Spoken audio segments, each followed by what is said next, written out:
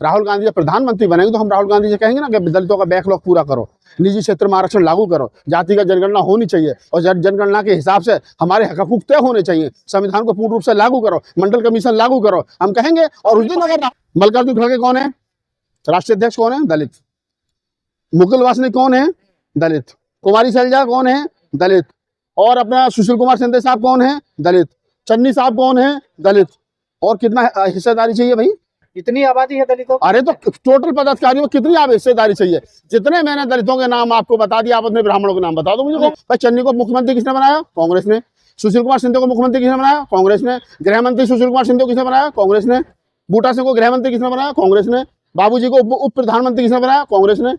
तो अब आपको तय करना है, जब लड़ाई ही दो हिस्सों में है, तीसरा हिस्सा है ही नहीं, तीसरा कोना है ही नहीं है, तो अब आपने तय करना है कि आपने खामोश रह करके बीजेपी और आरएसएस को मजबूत करना है या बोल करके राहुल गांधी और इंडिया गठबंधन को मजबूत करना, ताकि भारतीय संविधान बचे। जो लोग बीच में आए थे उन्होंने क्या कर लिया, जो कांग्रेस और बीजेपी के अलावा जिनकी सरकारें बनी है वो क्यों नहीं लंबे समय तक टिक पाए। जनता दल की सरकार क्यों नहीं लंबे तक चली, समय जनता पार्टी सरकार क्यों नहीं देश में चली। उत्तर प्रदेश के अंदर सपा बसपा और क्या नाम है, बिहार में आरजेडी और जेडीयू की सरकार क्यों नहीं लंबे समय तक चल पाई। चल रही है ना क्षेत्रीय तरफ, और भी जो क्षेत्रीय पार्टी है। मेरा कहने का मतलब ये नहीं कि कांग्रेस जाए बीजेपी आए, मैं कह रहा हूँ कि पहले आप अपने आप को तो मजबूत कर लो। पहले तो बीजेपी और आरएसएस ये बताए कि बीजेपी और आरएसएस हैं कौन, इस बात को बताने के लिए कि कौन राष्ट्रभक्त है, कौन राष्ट्रभक्त नहीं है, कौन अम्बेडकरवादी है, कौन अम्बेडकरवादी नहीं है।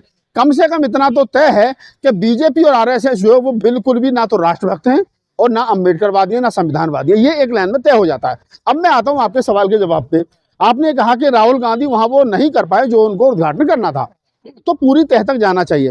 पहली बात तो वो रोड से 500 मीटर या लगभग 1 किलोमीटर के करीब आसपास हटके था और उनका काफिला रोड से जा रहा था। तो उस बाबा साहब डॉक्टर अम्बेडकर की मूर्ति का उद्घाटन करने के लिए राहुल गांधी को लगभग 1 किलोमीटर के आसपास तो अपने रूट से हटके जाना था, और वो रूट की परमिशन वहां से उनकी जो सिक्योरिटी है उनके पास थी नहीं। तो जब सिक्योरिटी के पास क्लियरेंस ही नहीं है, कल को कोई 19-20 हादसा हो जाए तो फिर बीजेपी वाले कहेंगे देखो हमने गृह मंत्रालय ने जो है वो अनुमति नहीं दी थी और राहुल गांधी वहां अपनी इच्छा से चले गए और ये हादसा हो गया। तो गृह मंत्रालय ये बताए, बीजेपी ये बताए कि भाई अगर राहुल गांधी ने वहां जाकर के बाबा साहब डॉक्टर अम्बेडकर की मूर्ति का अनावरण नहीं किया तो उसमें बाबा साहब का कौन सा अपमान हो गया। इससे पहले राहुल गांधी जो सैकड़ों जो है जगह बाबा साहब के पैर छू चुके हैं, बाबा साहब की मूर्ति में वो माला पहना चुके हैं, नीली टी शर्ट पहन करके वो बाबा साहब के सम्मान के लिए संसद भवन के बाहर खड़े हो गए थे, पूरी सरकार को बाबा साहब के नाम पर घेर लिया था। तो क्या उस समय राहुल गांधी अम्बेडकरवादी नहीं थे। बीजेपी ये कह रही है उससे पीछे खान का मस्जिद पड़ी, उसमें राहुल गांधी जाते हैं, लेकिन बाबा साहब की मूर्ति का अनावरण क्यों नहीं करते। मैं बता रहा हूँ आपको, कौन मस्जिद में जाता है, कौन मंदिर में जाता है, सबको पता है। हम गूगल करिए तो क्या नाम है, प्रधानमंत्री जी बिना बताए पाकिस्तान भी चले जाते हैं बिरयानी खाने। प्रधानमंत्री जी बिना बताए पाकिस्तान चले जाते हैं बिरयानी खाने, बिना पासपोर्ट के, बिना फॉरेन मिनिस्ट्री को बताए। ठीक है, तो कौन कहाँ कैसे जाता है, किन हालातों में जाता है, वो सबको पता है। लेकिन हमारा सवाल ये है और उसका जवाब ये है कि राहुल गांधी के बाबा साहब डॉक्टर अम्बेडकर की मूर्ति का अनावरण ना करने से ना बाबा साहब का अपमान हो रहा है, ना दलित समाज का अपमान हो रहा है, ना कोई अम्बेडकरवादियों को ठेस लगी है। ये सिर्फ उनके नाम का वहाँ पत्थर लग चुका है राहुल गांधी और तेजस्वी यादव के, और उद्घाटन कर रहे हैं फिर पप्पू यादव बाद में। मैं वही बता रहा हूँ गजेंद्र भाई, आप ही के सवाल पे आ रहा हूँ कि जब ये तय हो गया कि भाई उनको पत्थर लग गया, मैंने सपोज करो आपको परमिशन देती गजेंद्र भाई मैं आपके घर खाना खाऊंगा, आपने खाना बना लिया और मेरी इच्छा है कि मैं आपके घर जाकर के खाना खाऊं, लेकिन मेरे घर से और आपके घर की जो दूरी है वहां तक संसाधन नहीं है मेरे पास, मुझे क्या नाम है, मेरे पास इजाजत नहीं है जाने की, तो मैं क्या करूंगा, मैं भी अपना दिल महसूस करके रह जाऊंगा, आपका भी खाना जो आप ही को खाना पड़ेगा। तो राहुल गांधी जाना चाहते थे, ये इनकी सिक्योरिटी से पता चला है और राहुल गांधी ने खुद कहा है कि मैं जाना चाहता था, लेकिन वहाँ सिक्योरिटी के पास वहाँ की परमिशन नहीं थी, इसलिए हम कोई भी ऐसा काम नहीं करना चाहते जो कल को बीजेपी उसको मुद्दा बनाएगा गैर कानूनी काम है। अपमान नहीं हुआ बाबा साहब? नहीं, मैं तो बिल्कुल नहीं मानता इसमें बाबा साहब को कौन सा अपमान है। पप्पू यादव सांसद है, लोकल नेता है, उन्होंने कर दिया उद्घाटन। राहुल गांधी हो सकता है 4 दिन के बाद में परमिशन लेकर के दोबारा चले जाएं। पर मीडिया ने तो मिलन बना दिया उनको। मीडिया क्या है, देखिए मीडिया क्योंकि उस समय आरएसएस और बीजेपी की गोद में खेल रहा है, मेन स्ट्रीम मीडिया, तो मीडिया जो चाह रहा है कि कहीं ना कहीं उसको कुछ चटपटी खबर मिल जाए। भाई जिस मीडिया ने हजारों करोड़ रुपए सिर्फ इस बात के लिए हो कि पप्पू बनाना है राहुल गांधी को, और वो पप्पू जो पप्पा बन गया, तो पप्पा कैसे हजम होगा अपने पप्पू बनाया था। तो मीडिया का काम है, मतलब आजकल मीडिया का बिक्री डांस चल रहा है सरकार के आंगन में। जैसे लोगों को जो कांग्रेस को समर्थन करते हैं टारगेट कर रहे हैं, देखे दलित नेताओं को, कौन से दलित नेता हमें टारगेट कर रहे हैं। पहले वो बताएं। बाबा साहब डॉक्टर अम्बेडकर का बनाया हुआ संविधान, जिससे देश के दलितों को मान सम्मान और स्वाभिमान मिला, वो संविधान खतरे में है। और ये तमाम अम्बेडकरवादी नेता घरों में एसी में लेट रहे हैं, भैया भतीजों के साथ में, चाचा ताऊ फूफाओं के साथ में। पहले ये बताइए, अम्बेडकरवादी हैं?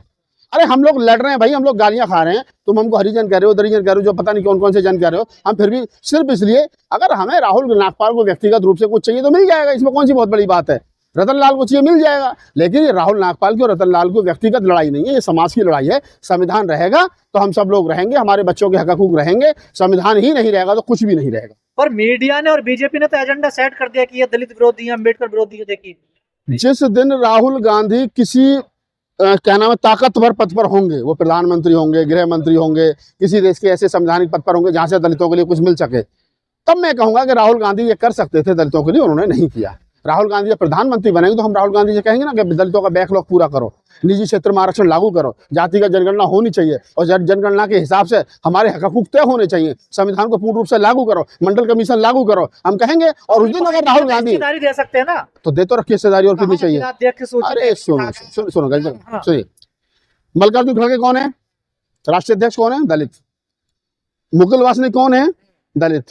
कुमारी शैलजा कौन है? दलित। और अपना सुशील कुमार शिंदे साहब कौन है? दलित। चन्नी साहब कौन है? दलित।